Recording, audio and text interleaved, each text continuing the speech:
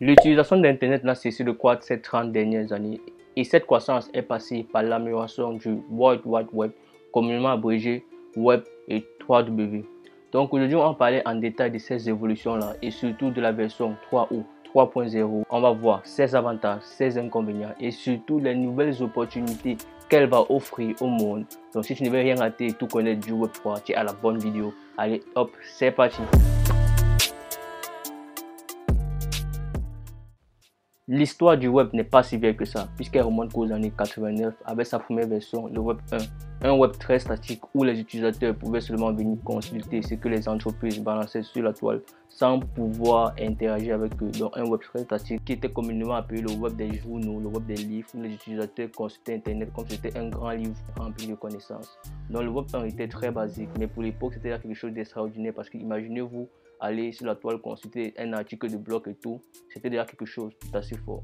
Après le Web 1, on a connu sa mise à jour, le Web 2. Le Web 2, c'est le Web 1, mais avec l'interaction. Donc ça veut dire qu'on pouvait non seulement consulter et pouvoir maintenant communiquer avec ces entreprises-là. Donc on consultait et on répondait aux commentaires et tout et tout. Donc ça a créé le web de l'interaction, le web dans lequel nous sommes encore aujourd'hui, parce que ce web-là a conçu beaucoup d'applications qu'on utilise encore aujourd'hui, comme Facebook, WhatsApp, donc qui sont les applications, les pionniers des applications du Web 2.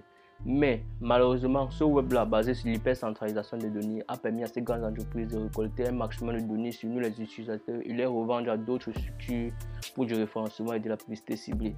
Donc on avait plus de total contrôle sur nos données et ça permettait à ces entreprises-là de connaître exactement qui nous sommes et tout. On avait presque plus de vie privée.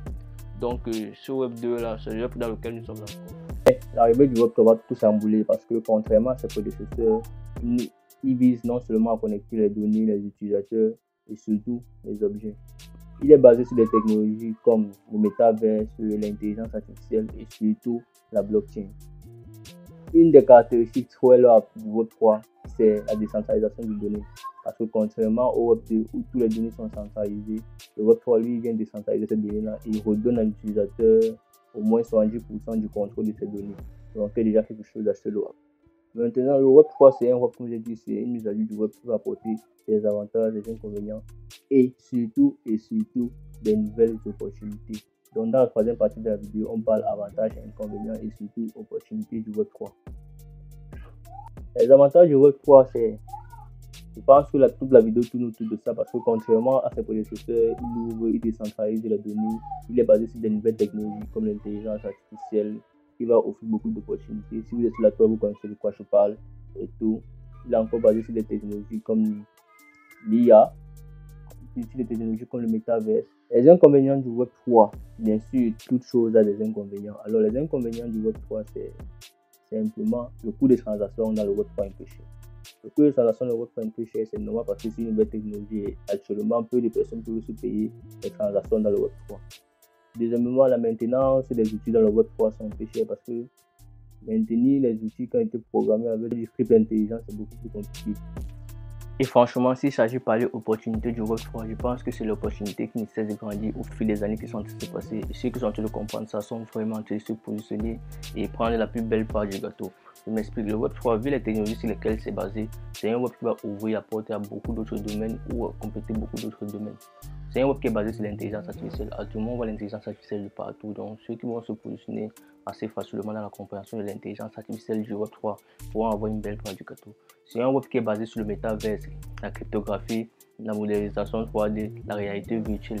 Ceux qui vont pouvoir se placer rapidement de ce côté-là, mais en adaptant les données au rythme du Web 3, on va avoir une belle part du gâteau. Et surtout, le Web 3 vraiment va apprendre une nouvelle façon de voir, de concevoir le web, bien sûr, une nouvelle façon de programmer, une nouvelle façon de voir les données, une nouvelle façon de voir les objets, puisque ça va connecter les objets et tout. Une nouvelle façon de voir même les réseaux sociaux, parce qu'il y a des réseaux sociaux dans le Web 3. Et ces réseaux sociaux sont beaucoup plus intelligents, beaucoup plus immersifs. Et ces réseaux sociaux vont nous permettre d'avoir des actifs, des actions, des objets qu'on pourra revendre par la suite, donc beaucoup plus intelligents et plus économiques par rapport à ce qu'on connaît dans le Web 2. Et le Web 3 encore va nous permettre d'avoir, comme c'est déjà beaucoup, une prise en main facile de nos données. Ça va permettre la communication plus sécurisée et plus confidentielle dans les messageries instantanées. Donc une mise à jour un peu. Dans le Web 2, on connaît WhatsApp, dans le Web 3, on va connaître d'autres applications.